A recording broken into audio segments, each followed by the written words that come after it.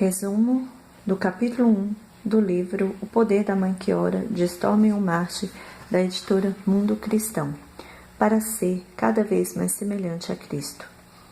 Ao permitir-nos a maternidade, Deus nos concedeu uma grande dádiva. Nada é mais gratificante que o sorriso, o abraço, o amor de um filho, mas também é verdade que nada nos aflige mais que a sua dor ou angústia, especialmente quando é fruto de uma ação nossa, impensada.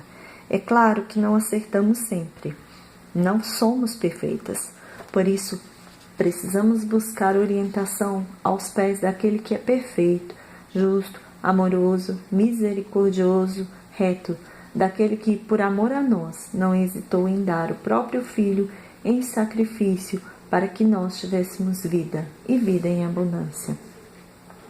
Ao orar, lembre sempre de agradecer. Não faça uma lista longa de suas aflições e pedidos apenas.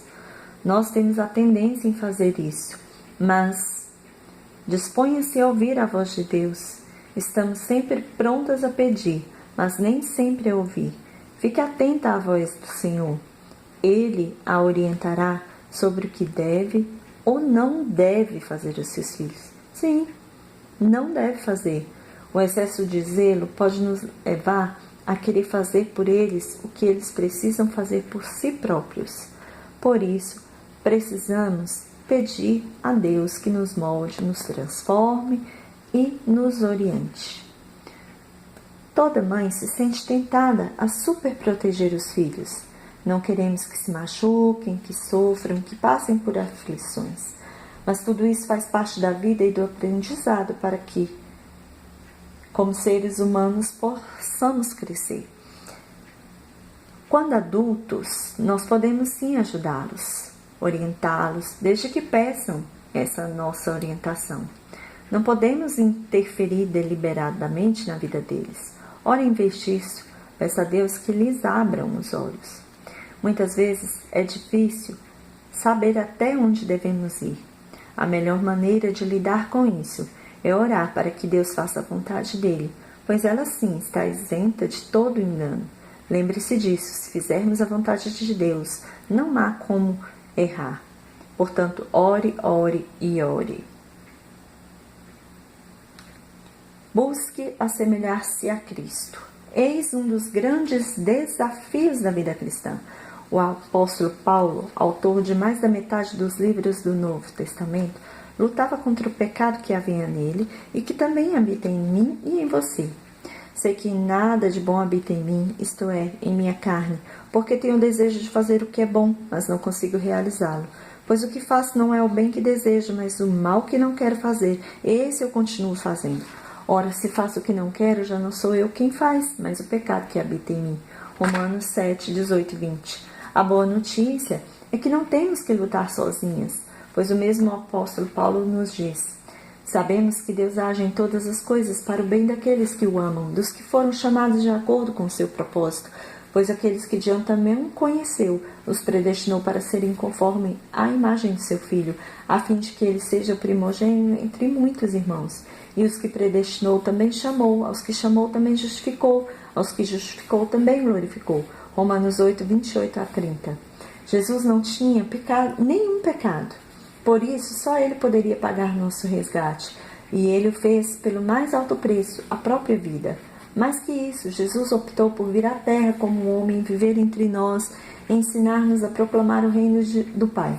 Em nenhum momento Ele usou o privilégio de Filho de Deus, mas foi obediente à morte, e morte de cruz. Ele morreu para que eu e você pudéssemos reconciliar-nos com Deus. O sacrifício de Cristo foi o derradeiro. O que Ele deseja é que entreguemos nossa vida pelas pessoas, mas de outra maneira. Nisto conhecemos o que é o amor. Jesus Cristo deu a sua vida por nós e devemos dar a nossa vida por nossos irmãos. 1 João 3,16. À medida que você compartilhar com sua família, seus amigos, sua comunidade, esse amor, ele crescerá e se multiplicará dentro de você. Que bom exemplo você será para os seus filhos. Experimente. Jesus, além de amoroso, também foi humilde. Embora ele seja o Senhor do universo, ainda assim se humilhou. E mesmo foi obediente até a morte, e morte de cruz. Filipenses 2:8. Que bom exemplo podemos ter para nossos filhos no mundo em que o egocentrismo tem se expandido cada vez mais, em que se levar vantagem a qualquer custo passou a ser o lema de uma sociedade corrompida pelo desejo de guardar tesouros, onde a traça e a ferrugem destrói. Mateus 6:19. É nesse mundo que nossos filhos viverão. Por isso é vital que lhes ensinemos o que de fato é valioso aos olhos de Deus. Quer ensinar unidade aos seus filhos? Seja o exemplo de humildade em seu lar. Jesus também foi fiel. Mesmo quando faminto no deserto e tentado por Satanás, ele jamais hesitou. Sabia quem ele era e por que foi enviado a este mundo. Ele diz em João 14:6, eu sou o caminho, a verdade e a vida. Ninguém vem ao Pai a não ser por mim. Ser fiel pode ser muito difícil. Quando tudo vai bem em nossa vida, é muito fácil orar a Deus e dizer que somos fiéis a seus ensinamentos e ao que Ele nos pede. Mas é em momentos de aflição que somos testadas. Por isso, precisamos pedir a Deus que nos fortaleça, que nos redobre a fé e nos torne tão fiéis quanto Jesus, que nos ajude a orientar os nossos filhos, para que eles também possam ser fiéis em sua caminhada e assim também se assemelhem a Cristo. Jesus também se doou ao discipular alguns homens, a fim de muitas vidas fossem tocadas. Doou seu poder para que muitos fossem curados, libertados e restaurados. Jesus nos disse exatamente o que fazer para ensinar nossos filhos a agirem como Ele. Ser exemplo.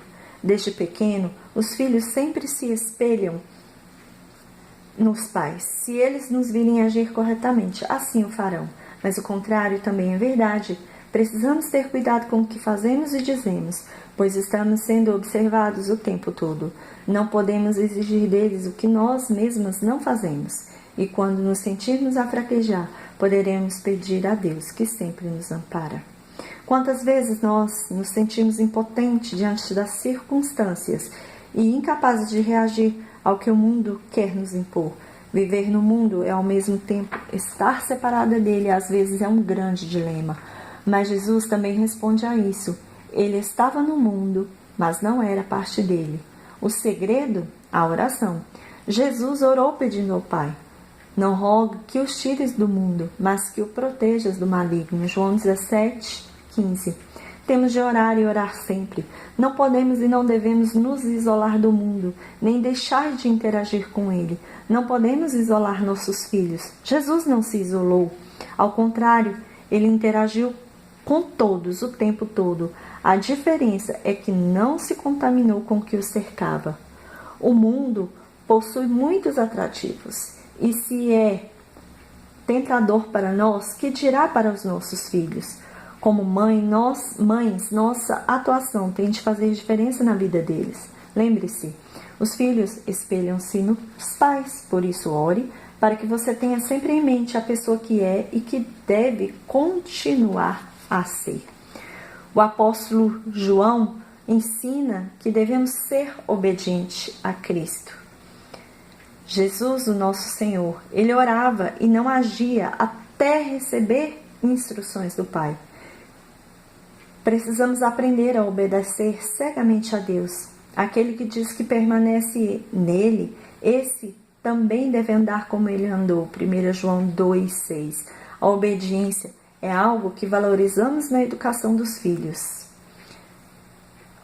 Então, nós também devemos ser obedientes ao Senhor para sermos espelhos para Ele. Jesus foi obediente e até a morte. Pode haver obediência maior que essa?